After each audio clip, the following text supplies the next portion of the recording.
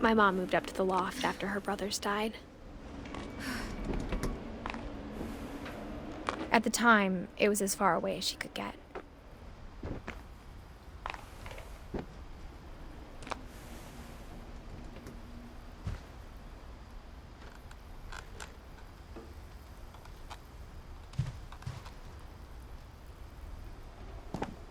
She spent a summer building houses in Calcutta, where she met my dad, Sanjay.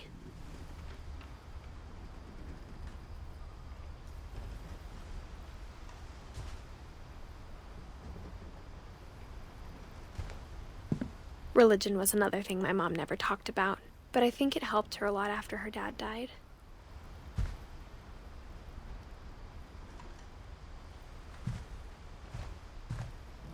My mom moved to India a week after graduation and got a job teaching English. Louis was born a year later.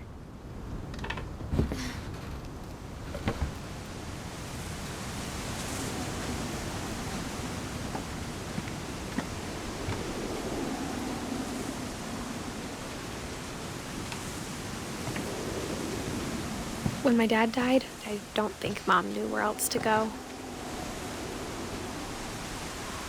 I'm sure Edie was happy to have her back and to see kids in the house again.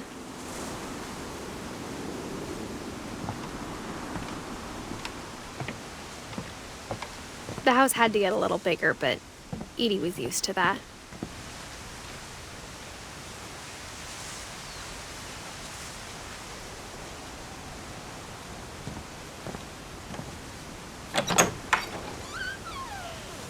And for a while, things were good, almost normal.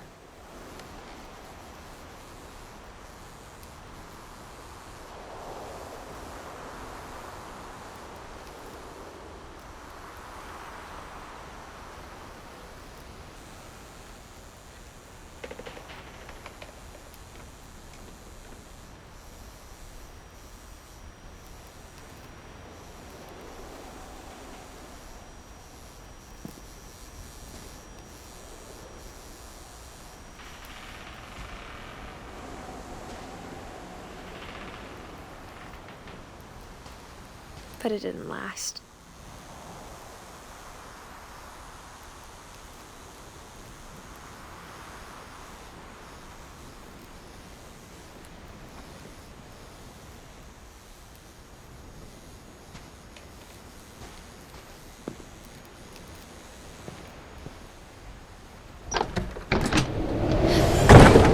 The beginning of the end was Milton's 10th birthday, when Edie gave him a castle.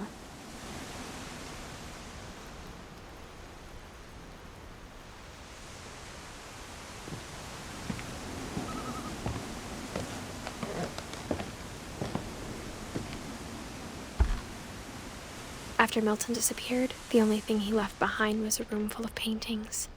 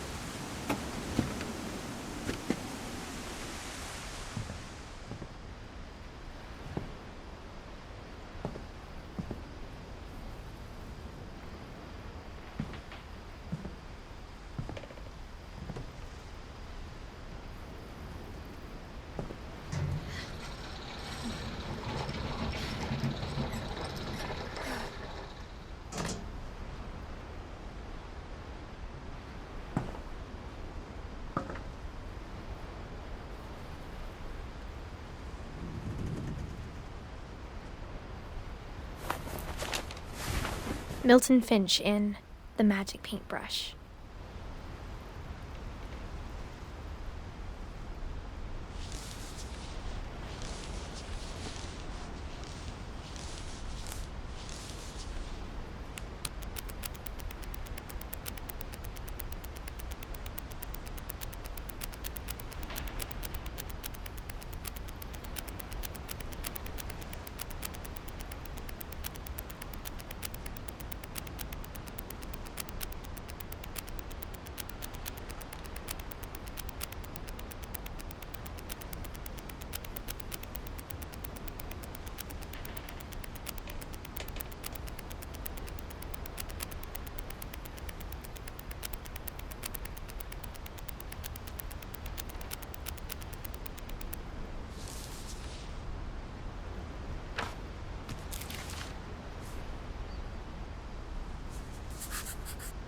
I was 4 when Milton disappeared.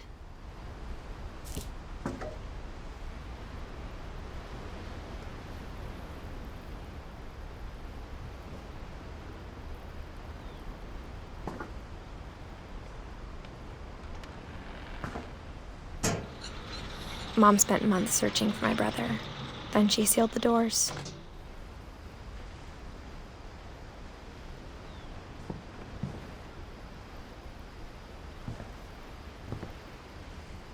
Whatever Milton had found in the house, Mom didn't want it getting out.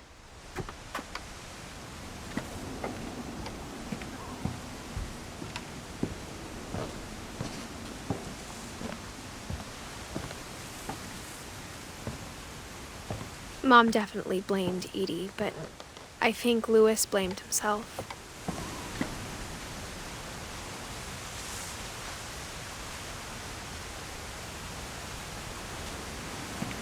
After he graduated, he just spent more and more time in his room, until Mom got him a job at the cannery. Everyone always told me to stay out of Lewis's room, except Lewis.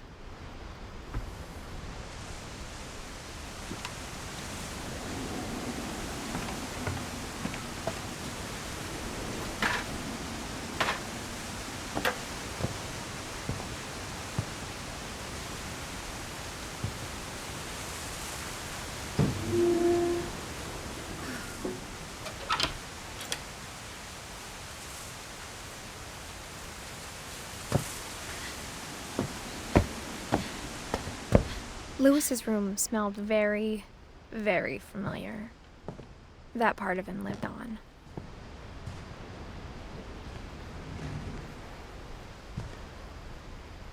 Lewis and I spent a lot of time playing games together, but he was surprisingly bad at them. He died a lot.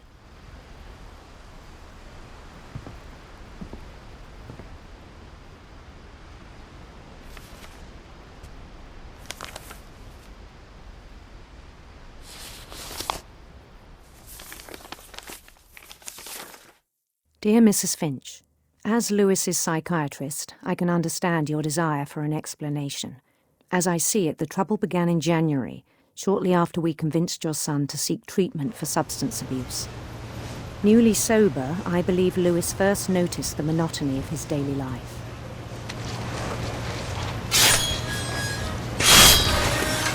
He kept working at the cannery, but he withdrew part of himself.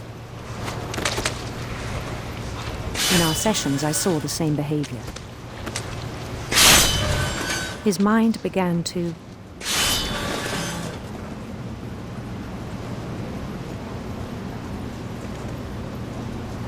wander. I asked him to describe it. He said he started small, imagining a labyrinth. Could feel his way about.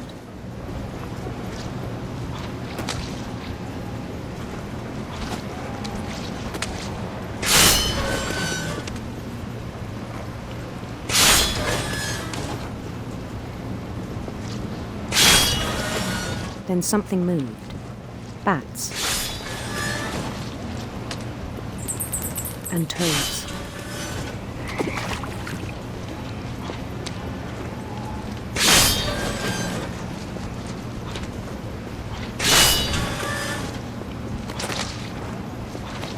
And things that have not names. He knew it was all in his head.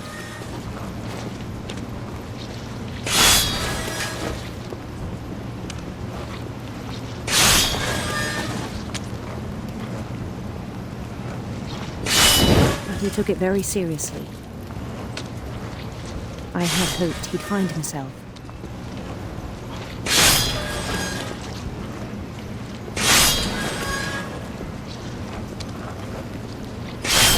But he found something more. I worried about him then, daydreaming at the cannery.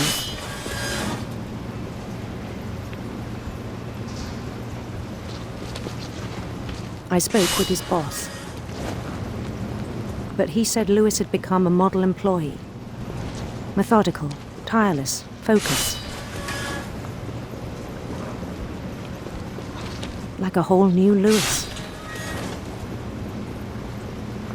So I let him go on.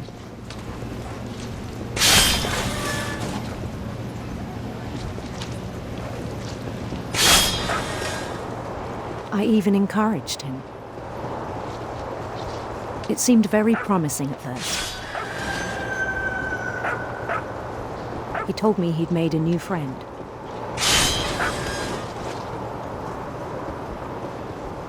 On the edge of a city he named Lewis Topia. He built the city up slowly, brick by brick. Then he made musicians.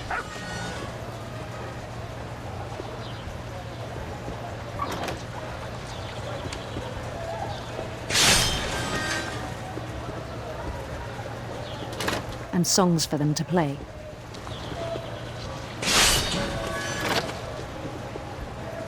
He talked about starting a band. And he was always humming something. Every day his imagination grew stronger.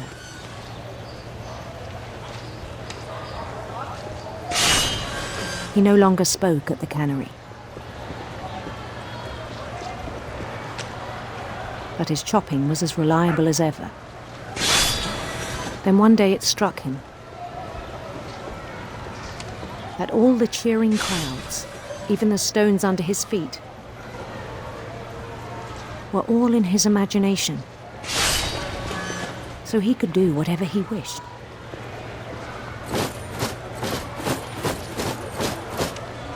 He held an election for mayor. And he won. They begged him to stay, but his mind was already wandering. It became a game for him.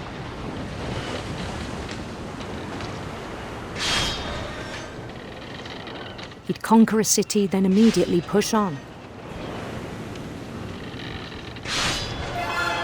New Louisville.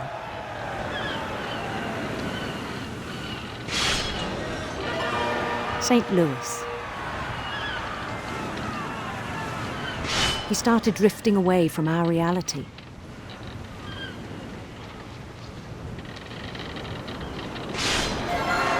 Minneapolis. Until one day he forgot to go home from the cannery. Even as his mother pleaded with him, part of Lewis kept sailing on.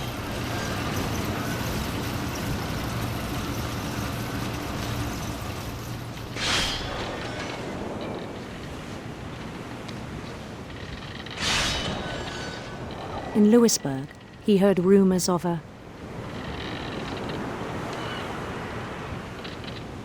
handsome queen.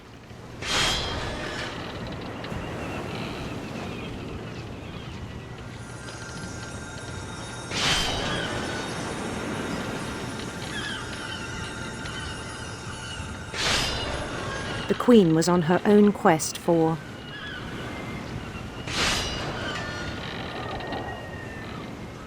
radiant rainbows.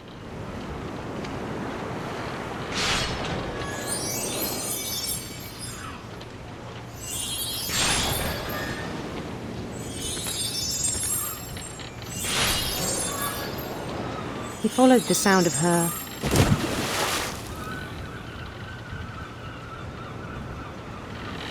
silver harp.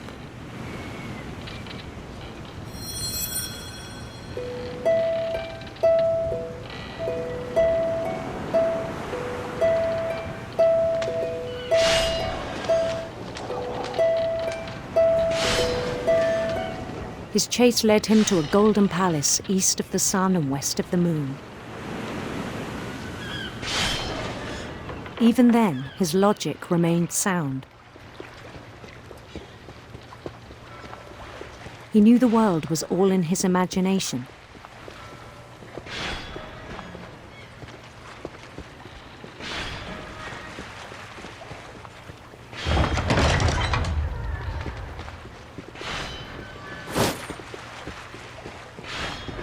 But he was so proud of having created it.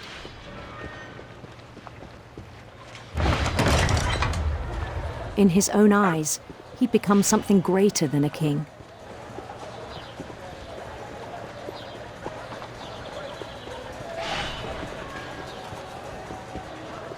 For someone who'd never known success in the real world, I think it was overwhelming. And then it struck him that the real Lewis was not the one chopping salmon, but the one climbing the steps of a golden palace.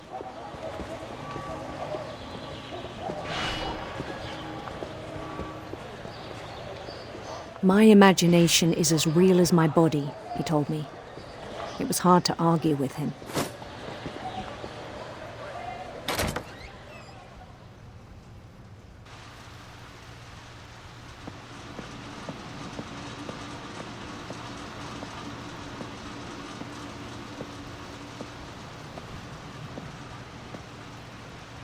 He began to forget the world we know.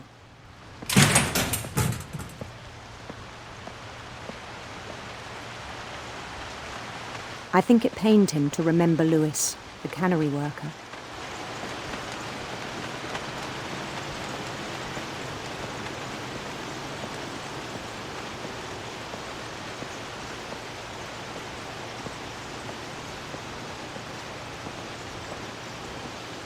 He began to despise the man with a royal contempt.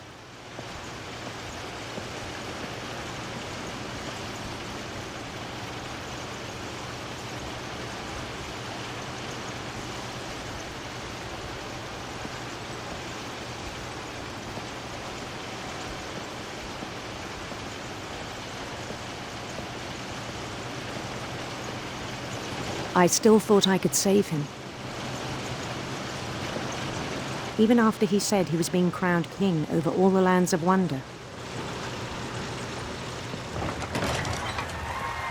The palace would be packed with his companions.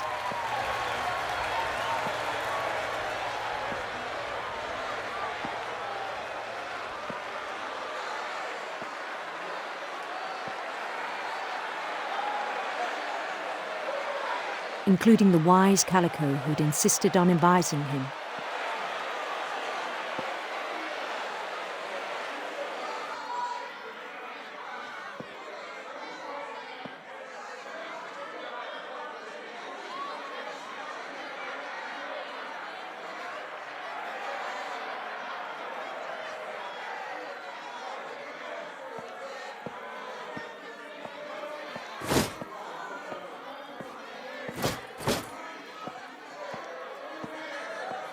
His queen waited, holding his crown.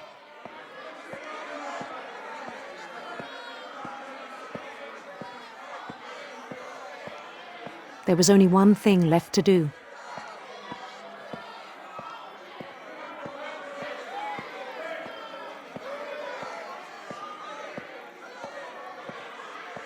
Bend down his head.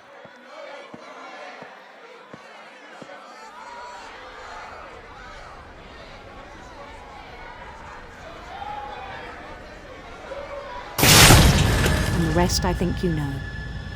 Mrs. Finch, your son was a kind man who will be missed by all of us who knew him.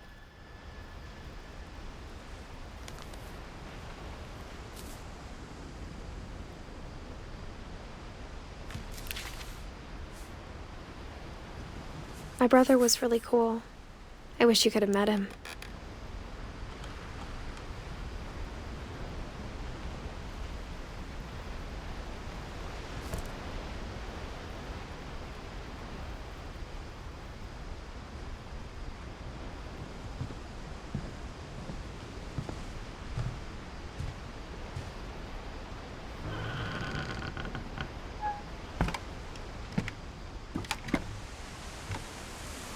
On the way back from Lewis's funeral, my mom told me to start packing. She waited until the day before we left to tell Edie.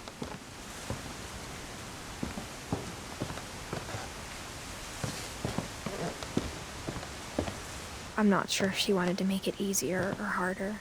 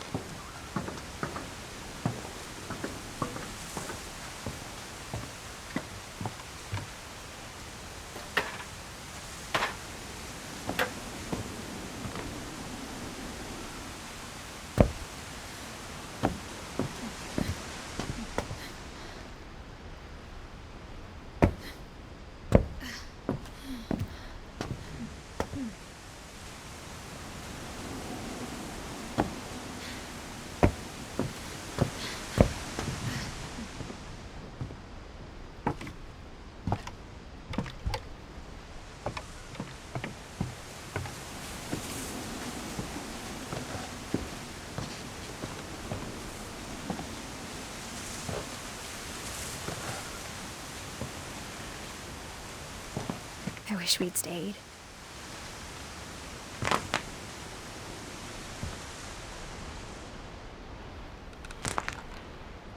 But I understand why we left.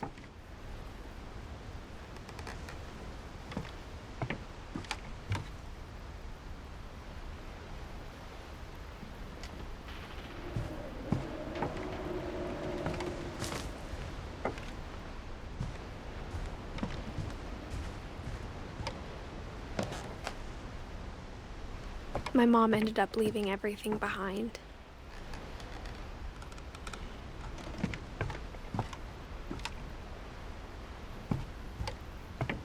What happened that night had been coming for a long time. Maybe it should have come sooner.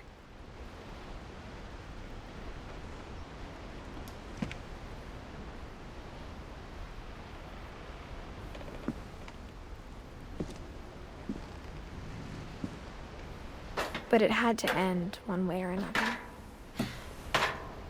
All that's left now is to tell you about that last night.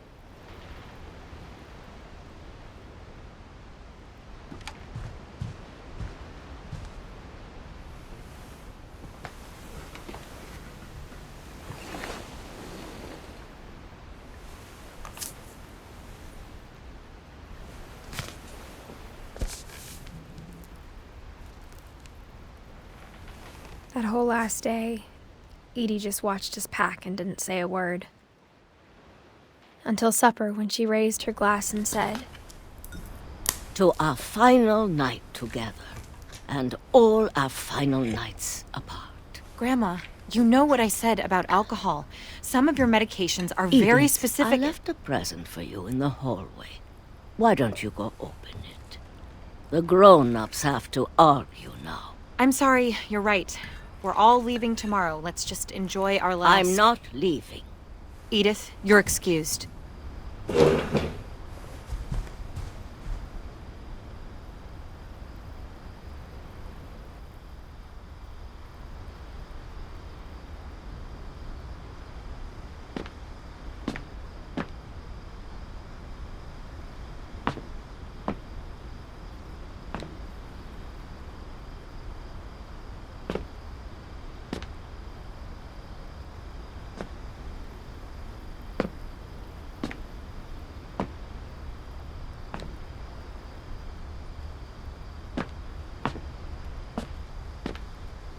the power had been shut off that morning, but Edie always had plenty of candles. When my mom sealed the library, I don't think she knew about the other entrance.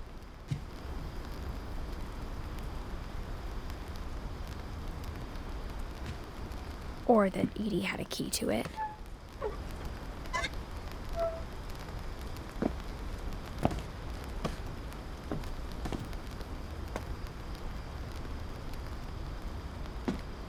That thing you're afraid of isn't going to end when you leave the house.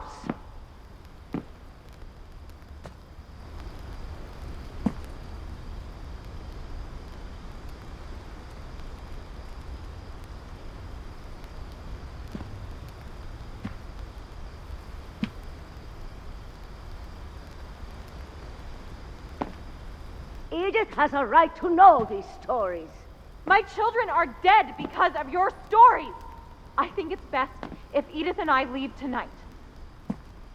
We'll have the nursing home send a van for you in the morning, okay?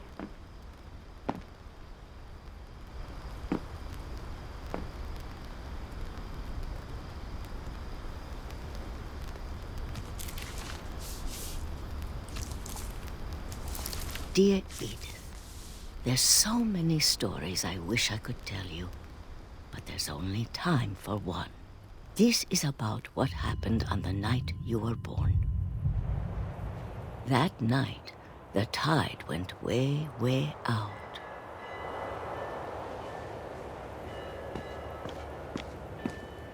It was the first and last time I ever saw the old house aground. There'd been an earthquake out in the middle of the ocean. They called it the lowest tide in 1,000 years. God, it smelled awful. You know, I've seen that house every day of my life. But I never thought I'd go back to it. When the fog rolled in, I lost my way.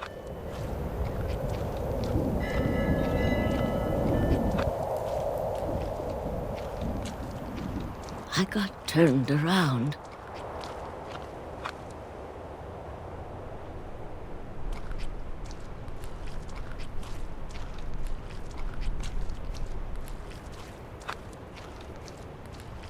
I started seeing things.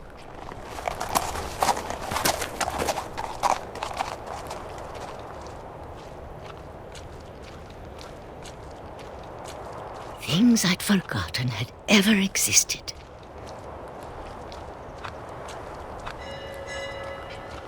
But when I saw them, they felt like old friends. That night, a lot of things came back to me. Or maybe I came back to them.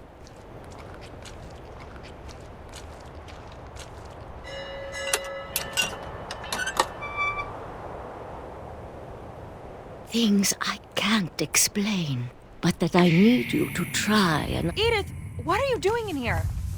It's mine. Edith! Mom, you're gonna rip it! Let go! I kicked and screamed, but Mom dragged me to the car. I never saw Great-Grandma Edie again. The next morning, the van came to pick her up, but she was already gone. After that, we moved around a lot.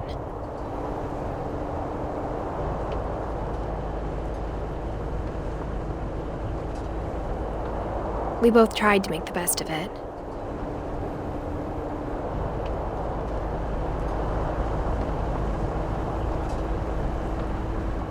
A few years went by.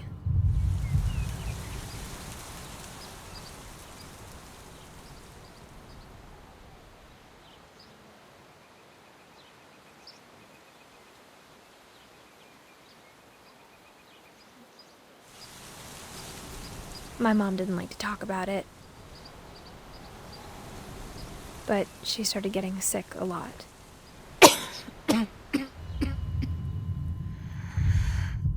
She got better for a while, and then she didn't.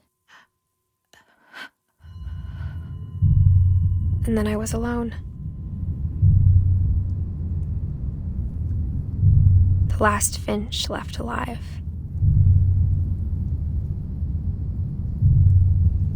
Until I found out about you. I'm still not sure what to tell you about all this. If we lived forever, maybe we'd have time to understand things. But as it is, I think the best we can do is try to open our eyes and appreciate how strange and brief all of this is.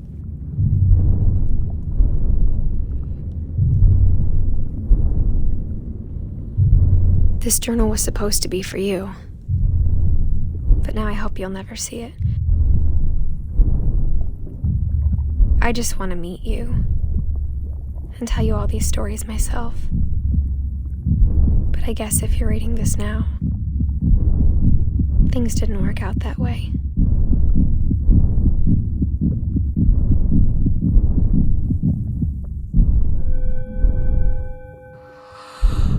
This is where your story begins. I'm sorry I won't be there to see it. It's a lot to ask, but I don't want you to be sad that I'm gone. I want you to be amazed that any of us ever had a chance to be here at all. Good luck.